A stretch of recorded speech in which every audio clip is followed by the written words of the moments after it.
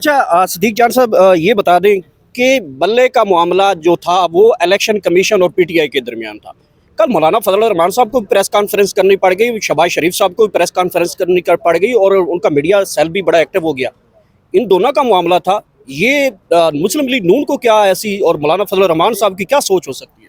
देखें आप अगर पीडीएम को और इलेक्शन कमीशन को और चीफ इलेक्शन कमिश्नर को अलग अलग समझते हैं तो मैं हैरान हूँ आप पे। ये बिल्कुल अलग नहीं है, ये एक हैं। और सिकंदर उस्मान राजा साहब जब से आए हैं उन्होंने कोई एक काम ऐसा नहीं किया जिससे पीडीएम के उसको आप कहें कि पीडीएम को कोई सियासी तौर पर कानूनी तौर पर नुकसान पहुँचाओ। और उन्होंने कोई एक काम ऐसा नहीं किया जो आइन और कानून के मुताबिक पीटीआई के हक़ में बनता था। तो ये उनका है मामला और ये माहौल बनाया जा रहा है। अब इसकी दो वजूहत हो सकती हैं, या तो ये सुप्रीम कोर्ट पर दबाव बढ़ाने जा रहे हैं, बढ़ा रहे हैं कि सुप्रीम कोर्ट बल्ला वापस ले ले, या ये मामला तय हो गए हैं। जैसे ये खुद कहते हैं साड़ी गल हो गई है, बात हो गई है और पता है कि सुप्रीम कोर्ट ने बल्ला वापस लेना है, तो उससे पहले जो है वो माहौल बनाया जा रहा है। अच्छा, काज लिस्ट दूसरे दिन हम देख रहे हैं सुप्रीम कोर्ट की काज लिस्ट है, फिर वो केसेस उड़ा दिए जाते हैं। क्या सुप्रीम कोर्ट में भी कोई गड़बड़ चल रही है इस हवाले से? रात को आपने एक ट्वीट भी किया कि अतर मिनल्ला को है वो बेंच से अलग किया गया है। तो लगता है कि जी जो बल्ला लेने के लिए एक जजेस हम ख्याल जजेस का जो है वो बेंच बनाया जा रहा है। देखें इसमें यह है कि 2 दिन तो सुप्रीम कोर्ट की कॉज लिस्ट इसलिए मनसूख हुई कि बेंच अवेलेबल नहीं था और शायद जस्टिस सरदार तारिक मसूद साहब कायम मकाम चीफ जस्टिस पाकिस्तान जो है उनकी तबीयत नासाज है। लेकिन सोमवार से तो ज़ाहिर है बेंचेस हैं, तमाम बेंचेस अवेलेबल हैं, छुट्टियाँ भी ख़त्म हो गई हैं। और दूसरा जो इसमें है अतर मिनल्ला साहब को 102 रोज़ बाद बेंच से अलग किया गया काजी फैसल साहब के, और एक ऐसे मौके पर जब हसास तरीन मामला सुप्रीम कोर्ट में आ चुके हैं और इलेक्शन से मुतालिक, लेवल प्लेइंग फील्ड से मुतालिक, तौहीन अदालत से मुतालिक, तो ये बड़ा इंपॉर्टेंट है कि अतर मिनल्ला साहब को इस मौके पर हटाना। तो इस पर कहा जा रहा है कि दाल में कुछ काला है। आप बड़े ग्राउंड के सहाफ़ी और इन्वेस्टिगेशन जर्नलिस्ट हैं, बड़ी खबरें गर्दिश कर रही हैं कि मुस्लिम लीग नून के नवाज शरीफ जो है वो पीएम शिप से जो है दौड़ से बाहर हो गए हैं और नौरीन भी रो रही है आपकी बकौल, उस कल की राधा भी रो रही है। देखिए मसला ये है कि नौरीन तो पहले रो रही थी, लेकिन कल से परवीन भी रो रही है। एक नेक परवीन को आपने देखा है कल कराची में, वो रो रही थी। और नेक परवीन इस सेंस में कि वो जिस तरह हम कहते हैं ना, इतनी तुम नेक परवीन, ठीक है, कितनी तुम पार साथ हो। एक नेक परवीन कल कराची में भी रो रही थी जिसने बल्ले के ऊपर पूरी प्रेस कॉन्फ्रेंस कर दिया। देखें चीज़ें जो है ना वो अभी तो देखते हैं आगे किस तरह बढ़ती हैं। अभी इलेक्शन तो हों तो फिर कौन वज़ीर-ए-आज़म बनेगा, अभी तो मुझे इलेक्शन होते हुए भी नज़र नहीं आते।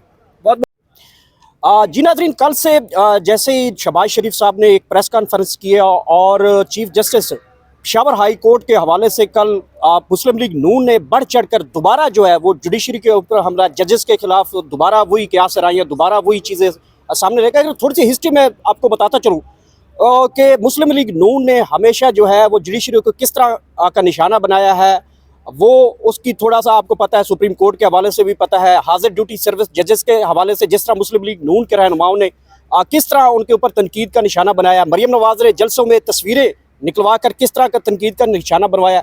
लेकिन एक इमरान खान जो कि एडिशनल सेशन जज के खिलाफ कोई एक जलसे में बात करते हैं तो उसके ऊपर जो है तौहीन अदालत लग जाती है। लेकिन आज तक किसी भी मुस्लिम लीग नून के रहनुमा के खिलाफ अभी तक जो है एक बड़ा एक हिस्ट्री है जिसमें मुस्लिम लीग नून के और मौलाना फजल रहमान के कुछ अर्सा पहले कारकुनों ने, मुस्लिम लीग नून के कारकुनों और जमात फजल रहमान के जो कारकुनों ने रेड जोन में दाखिल हुए और किस तरह वहाँ पे जुडिशरी के ऊपर हमलावर हुए, आज तक किसी के ऊपर जो है तौहीन अदालत नहीं लगाएगी। इसी वाले से हमारे साथ सीनियर सहाफ़ी सदीक जान भी मौजूद है। सदीक साहब बताइएगा सर से पहले बताइएगा सर, आप बता दें पहले कि ये तौहीन अदालत सिर्फ पीटीआई के खिलाफ होती है या फिर मुस्लिम लीग नून जो है बड़े बड़े जो है वो जज के खिलाफ तो उनकी कैरेक्टर असैसिनेशन करती है? एक चीज़ और भी ऐड कर दूं, मुस्लिम लीग नून नवाज कहती है कि मैं कैफर किरदार तक पहुंचाऊंगी, ये भी चीज़ें हैं।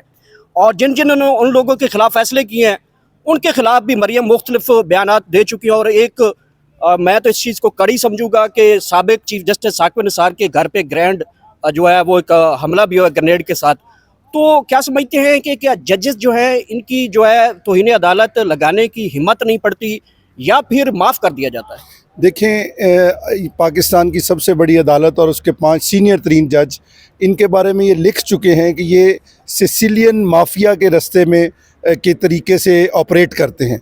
तो बेसिकली ये माफिया जो है इसका तरीक़ाकार ये होता है, इनके अपने बहुत करीबी दोस्त जरदारी साहब जो इनके पार्टनर हैं, क्राइम पार्टनर भी हैं और पॉलिटिकल पार्टनर भी हैं, तो वो भी ये कह चुके हैं कि ये जो जब इनको मौका मिलता है तो ये गले पड़ते हैं और जब इनको दबाया जाता है तो ये पैर पड़ते हैं।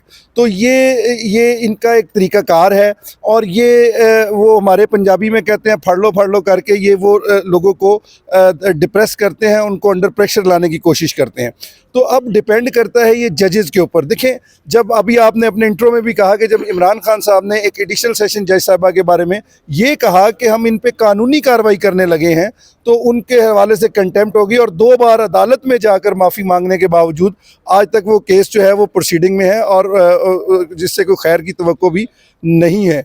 मगर अभी जो है वो आप देखें कि पहले भी आप जो है यहाँ पे मौलाना फजलुर रहमान साहब की बाकायदा यूनिफॉर्म्ड फोर्स जो है वो दफ़ा 44 की खिलाफ वर्जी करके गेट तोड़कर फलांग कर रेड जोन में दाखिल हुई। ना उनके खिलाफ कोई FIR है, ना उनके खिलाफ कोई कार्रवाई की गई। यहाँ सुप्रीम कोर्ट के सामने चश्मे कौम ने देखा कि वहाँ पर जो है उन्होंने आके किस किस्म के तबारकात जो हैं वो हाजिर सर्विस और रिटायर्ड का कोई लफ्ज़ ही नहीं होता, जज इज़ ऑलवेज जज।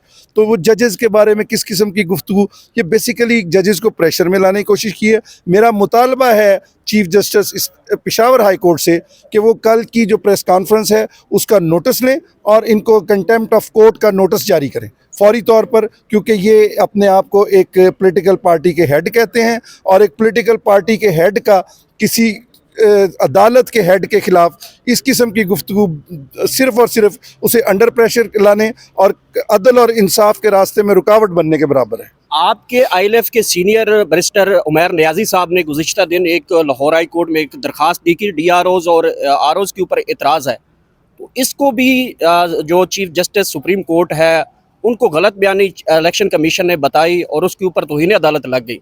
तो तौहीन अदालत जो है वो इस तरफ तो बहुत जल्दी आ जाती है, लेकिन अगर कोई दरबार फलांग के अंदर आने की कोशिश करता है, कल मौलाना फजल रहमान ने जिस तरह जुडिशरी को लतेड़ा, और इसी के साथ शहबाज शरीफ साहब ने, मरियम नवाज़ ने, कल उनका मीडिया सेल जिस तरह से तनकीद कर रहा है, तो तौहीन अदालत जो है वो क्या सिर्फ PTI के लिए बनाई गई है, क्या दूसरी जमातों के लिए नहीं है? देखें, इस पर मैं इसलिए नहीं कुछ कहूँगा क्योंकि हमें बहरहाल अदल की अदालतों से इंसाफ की तवक्को है, और हम ये समझते हैं कि इंशाअल्लाह जल्दी या बदेर अदालतों को इंसाफ की तरफ जाना होता है, क्योंकि जज के कंधे पे एक ज़िम्मेदारी ऐसी होती है, एक बोझ ऐसा होता है कि जो कभी लर्जिश का शिकार खुदा न खास्ता हो भी जाए तो मगर अल्टीमेटली उसे सेटल होना होता है। तो जैसे आपने देखा कि अब अदालतें जो हैं, जैसे खान साहब की जो बेल है पिछले दिनों सुप्रीम कोर्ट ने ली, और उसमें जस्टिस अतर मिनुल्लाह साहब ने लिखा कि ही इज़ इनोसेंट। तो यहाँ पर कोई जज साहब जो हैं कोई खुदा न खास्ता कोई इमरान खान के रिश्तेदार नहीं है या उसकी कोई जमात के बंदे नहीं हैं, वो कानून है, वो केस किस किस्म का है उनके खिलाफ, मुकदमा कितना वजनी है, मुकदमे में बात, इसलिए जज साहब ये उसको इनोसेंट लिखने पे मजबूर हुए। उन्होंने कोई उसके खुदा ना खास्ता कोई उससे कोई डील नहीं की हुई कि उसको इनोसेंट लिखा, वो कानून के मुताबिक लिखा। तो हम ये तवक्को करते हैं कि इंशाल्लाह अदालतें जो हैं इन माफियाज को दबाएंगी और इन माफियाज को भी डिसिप्लिन में लाएंगी। अच्छा सिद्दीक जान साहब, ये बता दें कि बल्ले का मामला जो था वो इलेक्शन कमीशन और PTI के दरमियान था। कल मौलाना फजल रहमान साहब को प्रेस कॉन्फ्रेंस करनी पड़ गई, शहबाज शरीफ साहब को प्रेस कॉन्फ्रेंस करनी पड़ गई, और उनका मीडिया सेल भी बड़ा एक्टिव हो गया। इन दोनों का मामला था ये, मुस्लिम लीग नून को क्या ऐसी और मौलाना फजल रहमान साहब की क्या सोच हो सकती है? देखें, आप अगर PDM को और इलेक्शन कमीशन को और चीफ इलेक्शन कमिश्नर को अलग अलग समझते हैं तो मैं हैरान हूँ आप पे। ये बिल्कुल अलग नहीं है, ये एक हैं। और सिकंदर उस्मान राजा साहब जब से आए हैं उन्होंने कोई एक काम ऐसा नहीं किया जिससे PDM के उसको आप कहें कि PDM को कोई सियासी तौर पर, कानूनी तौर पर नुकसान पहुँचाओ, और उन्होंने कोई एक काम ऐसा नहीं किया जो आइन और कानून के मुताबिक PTI के हक़ में बनता था। तो ये उनका है मामला, और ये माहौल बनाया जा रहा है। अब इसकी 2 वजूहत हो सकती हैं, या तो ये सुप्रीम कोर्ट पर दबाव बढ़ा रहे हैं कि सुप्रीम कोर्ट बल्ला वापस ले ले, या ये मामला तय हो गए हैं, जैसे ये खुद कहते हैं साड़ी गल हो गई है, बात हो गई है और पता है कि सुप्रीम कोर्ट ने बल्ला वापस लेना है, तो उससे पहले जो है वो माहौल बनाया जा रहा है। काज लिस्ट दूसरे दिन हम देख रहे हैं, सुप्रीम कोर्ट की काज लिस्ट है, फिर वो केसेस उड़ा दिए जाते हैं। क्या सुप्रीम कोर्ट में भी कोई गड़बड़ चल रही है इस हवाले से? रात को आपने एक ट्वीट भी किया कि अतर मिनल्ला को है वो बेंच से अलग किया गया है, तो लगता है कि जी जो बल्ला लेने के लिए एक जजेस, हम ख्याल जजेस का जो है वो बेंच बनाया जा रहा है। देखें, इसमें यह है कि 2 दिन तो सुप्रीम कोर्ट की कॉज लिस्ट इसलिए मनसूख हुई कि बेंच अवेलेबल नहीं था, और शायद जस्टिस तारिक मसूद साहब कायम मकाम चीफ जस्टिस पाकिस्तान जो है उनकी तबीयत नासाज है। लेकिन सोमवार से तो ज़ाहिर है बेंचेस हैं, तमाम बेंचेस अवेलेबल हैं, छुट्टियाँ भी ख़त्म हो गई हैं। और दूसरा जो इसमें है, अतर मिनल्ला साहब को 102 रोज़ बाद बेंच से अलग किया गया काजी फैसल साहब के, और एक ऐसे मौके पर जब हसास तरीन मामला सुप्रीम कोर्ट में आ चुके हैं और इलेक्शन से मुतालिक, लेवल प्लेइंग फील्ड से मुतालिक, तौहीन अदालत से मुतालिक, तो ये बड़ा इंपॉर्टेंट है कि अतर मिनल्ला साहब को इस मौके पर हटाना। तो इस पर कहा जा रहा है कि दाल में कुछ काला है। आप बड़े ग्राउंड के सहाफ़ी और इन्वेस्टिगेशन जर्नलिस्ट हैं, बड़ी खबरें गर्दिश कर रही हैं कि मुस्लिम लीग नून के नवाज शरीफ जो है वो पीएम शिप से जो है दौड़ से बाहर हो गए हैं, और नौरीन भी रो रही है आपकी बकौल, उस कल की राधा भी रो रही है। देखिए, मसला ये है कि नौरीन तो पहले रो रही थी, लेकिन कल से परवीन भी रो रही है। एक नेक परवीन को आपने देखा है कल कराची में, वो रो रही थी। और नेक परवीन इस सेंस में कि वो जिस तरह हम कहते हैं ना, इतनी तुम नेक परवीन, ठीक है, कितनी तुम पार साथ हो। एक नेक परवीन कल कराची में भी रो रही थी, जिसने बल्ले के ऊपर पूरी प्रेस कॉन्फ्रेंस कर दिया। देखें, चीज़ें जो है ना वो अभी तो देखते हैं आगे किस तरह बढ़ती हैं। अभी इलेक्शन तो हों तो फिर कौन वज़ीर आज़म बनेगा, अभी तो मुझे इलेक्शन होते हुए भी नज़र नहीं आते। बहुत बहुत शुक्रिया सिद्दीक जान साहब, हमारे साथ है पाकिस्तान तहरीक इंसाफ के लायर फॉर्म से हमारे साथ उनके सीनियर कानूनदान हमारे साथ मौजूद थे। गुफ्तगू आपने सुनी, इंशाल्लाह दोबारा वीडियो में मुलाकात होती है। अपना ख्याल रखिए।